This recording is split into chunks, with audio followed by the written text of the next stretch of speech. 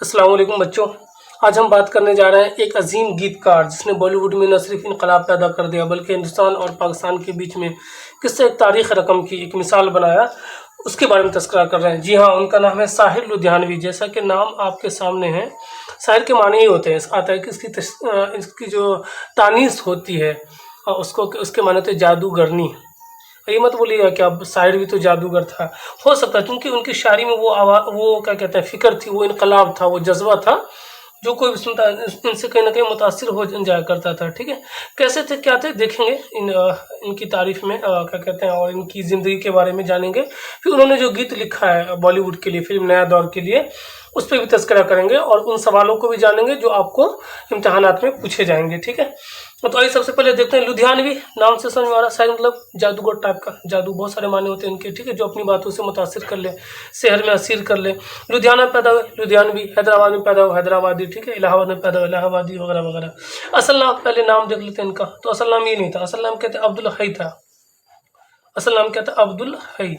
शायद तखल्लुस था, टाइटल लगा रखा था उन्होंने। और पैदाइश हुई 1912 में, 8 मार्च 1912। 1912 याद कर लीजिए। ठीक है, 1912 में पैदा हुए।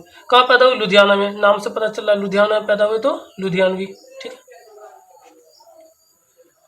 और इनके वालिद का जो नाम था वो चौधरी फजल मोहम्मद। वालिद का नाम था चौधरी फजल मोहम्मद। दादा का नाम था फतेह मोहम्मद नामी। फतेह मोहम्मद कह सकते हैं। दादा का नाम था फतेह मोहम्मद। बाप का नाम फजल मोहम्मद, दादा का नाम फतेह मोहम्मद। फतेह के माने होते हैं कामयाबी के। ठीक है, वालदा का नाम जो था वो सरदार बेगम। वालदा सरदार बेगम। लेकिन बात बनी नहीं, किसके बीच? वालदा और वालिद के बीच में बात बनी नहीं। तो फिर क्या हो गया? अलग हो गए, जुदा हो गए। तो जो साहिर लुधियानवी साहब थे वो वालदा के साथ रहने लगे, मामू के यहाँ। ठीक है, अब्दुल रशीद नाम था मामू का। क्या नाम था? अब्दुल रशीद। अब देखें कि साहिर लुधियानवी की ज़िंदगी क्या थी, मतलब तालीम किस तरह से हासिल किया उन्होंने, और फिर किस तरह का इनकलाब। फिर उसके बाद देखेंगे कि उन्होंने कौन कौन सी नज़में गज़ल लिखी और क्या इम्पैक्ट हुआ उनका, वो देख लेते हैं। ठीक है, तो पहली चीज़ कि गवर्नमेंट कॉलेज लुधियाना में दाखिला लिया, गवर्नमेंट कॉलेज में ही पढ़ रहे थे। ठीक है, वहीं से फारसी का दर्स लिया, इंटर किया, और ये जो स्टूडेंट्स जुड़ गए उसका नाम था ऑल इंडिया स्टूडेंट फेडरेशन। ये आज भी है, और ये कहीं ना कहीं कम्युनिस्ट से जो क्या कहते हैं, इसका ताल्लुक है। इसे जो स्टूडेंट ऑर्गेनाइजेशन है ये ऑल इंडिया स्टूडेंट फेडरेशन, तो इसका ताल्लुक कहीं ना कहीं कम्युनिस्ट से। और आप लोगों को मालूम होगा, नहीं मालूम तो मैं बता रहा हूँ कि कम्युनिस्ट जो है एक आइडियोलॉजी है, और ये आइडियोलॉजी कहीं ना कहीं कार्ल मार्क्स से ताल्लुक रखती है।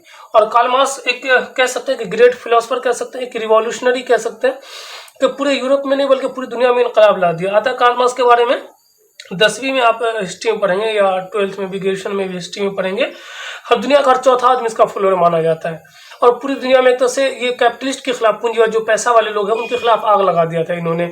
मजदूरों को तैयार किया था इन्होंने। सीधे सीधे कहा कि मजदूरों, दुनिया के मजदूर अगर एक हो जाए तो ये पैसा वाले लोग बहुत चंद लोग हैं, ये आपका शोषण नहीं कर पाएंगे। आप पे जो जुल्म कर रहे हैं, आपसे काम करवा रहे हैं फैक्ट्री में, आपको मजदूरी भी नहीं दे रहे हैं। ठीक है, और आप मेहनत कर रहे हैं, आपकी मेहनत से वो मुनाफा कमा रहे हैं, अपनी फैक्ट्री को बढ़ा रहे हैं और पैसा कमा रहे हैं, और आपको गुलाम बना के रखे हुए। अगर आप एक हो जाए तो इसकी हिम्मत नहीं है, ऐसा कहा जाता है। ये इनकी सोच थी, और इसी पे उन्होंने कम्युनिस्ट जो है आइडियोलॉजी लिखी, कम्युनिस्ट मैनिफेस्टो, और क्या दास कैपिटल वगैरह लिखा। मतलब किसकी एक दोस्त भी थी, अब हिस्ट्री में पढ़ेंगे तो जेनी करके नाम था, बहुत खूबसूरत थी, पैसे वाली भी थी। और जब वो रिश्ता लेके गए ना उनके अब्बू से, तो उनके अब्बू ने कमेंट किया कि आप ये क्या कहते हैं, जो स्टैंडर्ड है मेरी बेटी का उसको मेंटेन कर पाओगे? तो उन्होंने वहाँ पे कहा था, I am here so I change this world, कि मैं यहाँ इसलिए आया हूँ कि मैं दुनिया को बदल दूंगा, मैं इसलिए यहाँ पे हूँ। ठीक है, और फिर उसने किताब लिखी दास कैपिटल, और दुनिया को बदल दिया उसने। तो कार्ल मार्क्स कहने का एक रिवॉल्यूशनरी इनकलाबी था, और इससे रिलेटेड है कम्युनिस्ट पार्टी, और इससे रिलेटेड है AISF। तो साहिर लुधियानवी भी इसके क्या कहते हैं, सदस्य बन गए। तो सदस्य जब बनते हैं, इसका कारकुन बनते हैं, तो कहीं ना कहीं उसका तासुरात पड़ता है। और जब शायर की नज़मों को पढ़ेंगे, उनके गीत को पढ़ेंगे, तो आपको अंदाज़ा हो जाएगा कि कितना कार्ल मार्क्स की सोच उनकी ख्याल में झलकता है। वो ख्याल आपको समझ में आ जाएगा। कार्ल मार्क्स को उर्दू में लिखना हो तो ऐसे लिख लीजिएगा। कार्ल मार्क्स हिस्ट्री हम बाद में पढ़ेंगे, फिलहाल हल्का सा ब्रीफ में आपको हमने बतला दिया है। ठीक है, आइए आगे थोड़ा सा देख लेते हैं साहिर लुधियानवी के बारे में। करें 1945 में वो बम्बई आ गए। ठीक है, सज्जाद जही और अली सरदार जाफरी वगैरह दोस्त मिल गए तो। और जब तकसीम हिंद हुआ, हिंदुस्तान का बंटवारा हुआ, तकसीम के माने होते हैं बंटवारा, डिवीज़न। देखेंगे कहीं कहीं पे आता है डिवीज़न ऑफ इंडिया। ठीक है, या पार्टीशन कहते हैं, ठीक है। तो जो जब हिंदुस्तान का तकसीम बंटवारा हुआ, पता ही है, एक पाकिस्तान बना, एक पूर्वी पाकिस्तान, एक पश्चिमी पाकिस्तान और एक हिंदुस्तान, ठीक है। तो ये बॉम्बे में थे और पूरे हिंदुस्तान में, नहीं पाकिस्तान में, हर जगह दंगे फसाद चल रहे थे, ठीक है। क्या कह सकते हैं उसको, कॉम्युनल राइट्स कह सकते हैं, मतलब हिंदू जहाँ है ज़्यादा मुसलमान पे हमला कर रहे थे, मुसलमान जहाँ ज़्यादा हिंदू पे हमला कर रहे थे। तो इन फसाद की जमा फसादात को इन्होंने आंखों से देखा था। और एक शायर जो है या एक रिवॉल्यूशनरी जब इन चीज़ों को आंखों से देखता है तो सिर्फ देखता नहीं बल्कि उसको समझता है और उसका हल निकालने के लिए बहुत पूरी कोशिश करता है। आइंदा देखेंगे इसके गीतों में भी वही चीज़ आपको झलक जाएगा।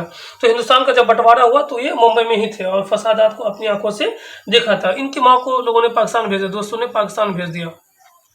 बाद में गए माँ से मिलने के लिए, पाकिस्तान गए, ठीक है। तो वहाँ लाहौर गए थे, ठीक है। तो वहाँ एक मैगजीन निकलता था, रिसाला निकलता था, रिसाला का नाम था सवेरा। समझ में आ रहा है? सवेरा के क्या माने होते? सवेरा मतलब ये था कि जब सूरज निकलता है तो अंधेरा छट जाता है। तो कहना कि उस वक्त गुलामी की जंजीरों में जकड़ा हुआ था हिंदुस्तान, पाकिस्तान वगैरह सब। और फिर धीरे धीरे जब हम मेहनत की, लोगों ने कोशिश की, तो अंग्रेज यहाँ से भागे, गुलामी की जंजीरों से निकले। तो वो जो उम्मीद की किरण नजर आई आज़ादी की, उस आज़ादी से मुराद है सवेरा, ठीक है, इन्वर्टेड कॉमा है, ठीक है। एक और दिल्ली जब हुआ तो दिल्ली तो एक और मैगजीन से जुड़े, उसका नाम था शाहरा, रास्तों का बादशाह, ठीक है। एक और इदारत किया था एक और इसकी, उसका नाम था प्रीत लड़ी। प्रीत के माने होते हैं, ये हिंदी लफ्ज़ है, मोहब्बत, प्रेम जिसको कहते हैं। लड़ी तो आप लोग को पता ही होगा, बनाते हैं कौन कौन सा लड़ी बनाते हैं, जैसे वो गुलदस्ता, सॉरी पता नहीं क्या कहते हैं वो, पता नहीं किस चीज़ का होता है, आप लोग को ज़्यादा पता होगा। तो वो लड़ी बनाते हैं, वो जो जोड़ जोड़ के बनाते हैं पाइप वगैरह का, प्रीत लड़ी। तो वो उसकी भी इदारत कर रहे थे, कौन? शाहिद लुधियानवी। इदारत करने का मतलब है कि टॉप लेवल के एजुकेटर हैं, उन चीज़ों को समझते हैं। जो इदारा करते हैं वो मैगजीन की, वो सारा चीज़ को काट छाट के देखते हैं, क्या चीज़ छापना क्या नहीं छापना है, ठीक है। तो शाहिद लुधियानवी यही काम कर रहे थे। चलिए एक दो चीज़ और देख लेते हैं। 1949 में बॉम्बे आए, कौन? शाहिद लुधियानवी दिल्ली, फिर उसके बाद यहाँ बॉम्बे आए। बॉम्बे तो यहीं होके रह गए, ठीक है। और नगमा निगार की हैसियत से रह गए। नगमा सॉन्ग, गाना, जो नगमा लिखता है उसको नगमा निगार कहते हैं, ठीक है, गुनगुनाने को कहते हैं, ठीक है। 1971 में उनको अवार्ड मिला, पद्मश्री का अवार्ड, जो लिटरेचर का अवार्ड है, अदब का, उर्दू हिंदी इंग्लिश वगैरह में जो अवार्ड मिलता है वो पद्मश्री अवार्ड मिलता है इंडिया में, ठीक है। तो 1971 में कौन सा अवार्ड मिला? आपको एग्जाम में ऑब्जेक्टिव पूछेगा कि शाहिद लुधियानवी को अवार्ड मिला कब? तो 1971 में। कौन सा अवार्ड? तो पद्मश्री का अवार्ड मिला, ठीक है। एक और मिला था, सोवियत लैंड नेहरू अवार्ड मिला था, और कोई ख्वाब बुने के लिए मिला था, Soviet Land Nehru award. Nehru ji के बारे में तो पता ही है।